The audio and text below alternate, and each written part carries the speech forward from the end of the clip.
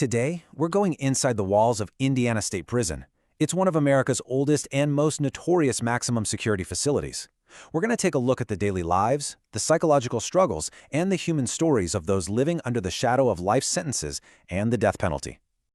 Just listen to those words. That's a death row inmate talking about watching a friend walk to his execution. It's a stark, chilling reality that really sets the tone for life inside these walls. That finality, it's the constant backdrop here.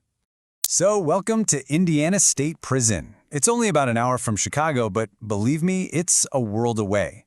This isn't just any prison. It's where the state houses some of its most violent offenders. A place literally described as a dark and forbidding world where the ultimate price is paid.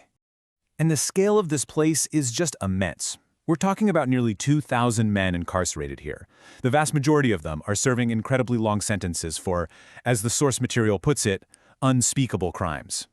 But within that massive population, there's a much smaller, way more isolated group, 12 men. These are the individuals living on death row, locked away in a separate unit, and every single one of them is waiting for the state to carry out their sentence. So what's life actually like for everybody else, for the general population? Outside the heavy gloom of death row.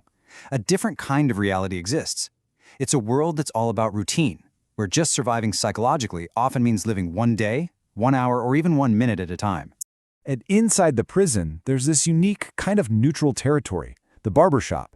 It's a place where even fierce gang rivalries are put on pause.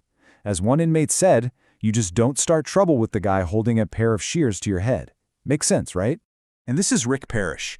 He's the inmate barber, and he's serving 3 life sentences plus 10 years. He's been inside since 1975. His words just powerfully capture how time gets twisted in long-term incarceration. It's this slow, daily grind that suddenly somehow adds up to decades gone by. In that barbershop, Rick has created what he calls his wall. It's basically a photo album of his entire adult life, lived right there, behind bars. It's his search for meaning in a place designed to strip it all away. You can see him as a young man in 1976, all the way to today. And get this, he even mounted the photos so that if he ever gets out, he can just fold the whole thing up and take it with him. Okay, now we're heading into a prison within the prison. It's called the Administrative Segregation Unit.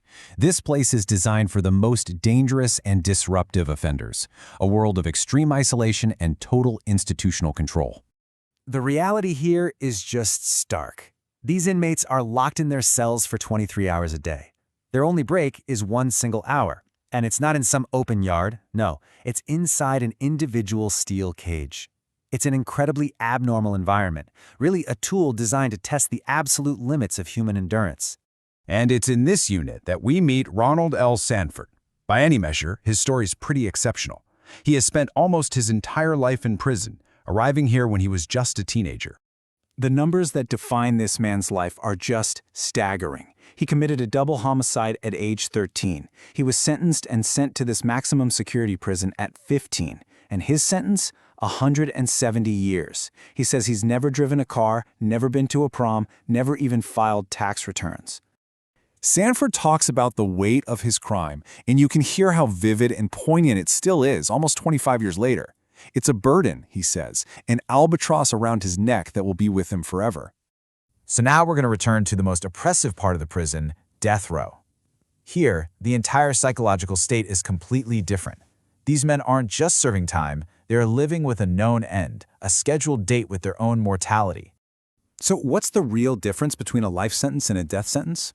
Well, as one inmate who got his death sentence changed to 150 years explains, where there's life, there's hope. You can work, you can go to chapel, the end is still unknown. But on death row, he says, there's no hope. You sit up there and just wait to die.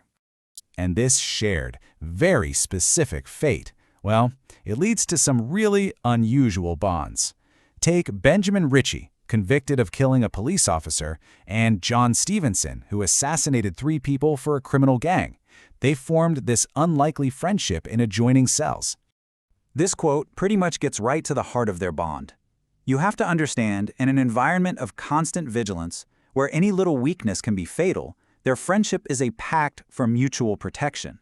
If you show any weakness, they say, the sharks will circle. So their bond is a promise to each other. We will never be the victim. So let's focus now on the personal account of Benjamin Ritchie. He offers this really raw look at his crime, his sentence, and his own self-awareness about the man he became.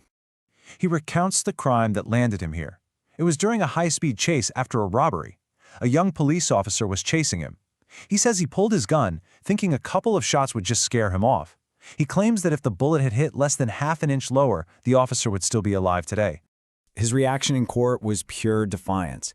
He admits he was trying to play the tough guy, so when the judge handed down the death sentence, he laughed right at him. The prosecutor actually called it the voice of evil, and Ritchie says that at the time, he would have agreed.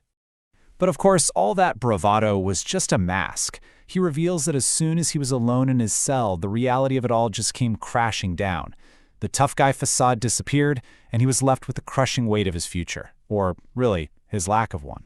And this is Ritchie's final thought, the central question he really leaves us with. He acknowledges his remorse for what he did, but he still maintains this defiance toward the system. He poses a direct challenge, forcing us all to confront the core moral dilemma of capital punishment.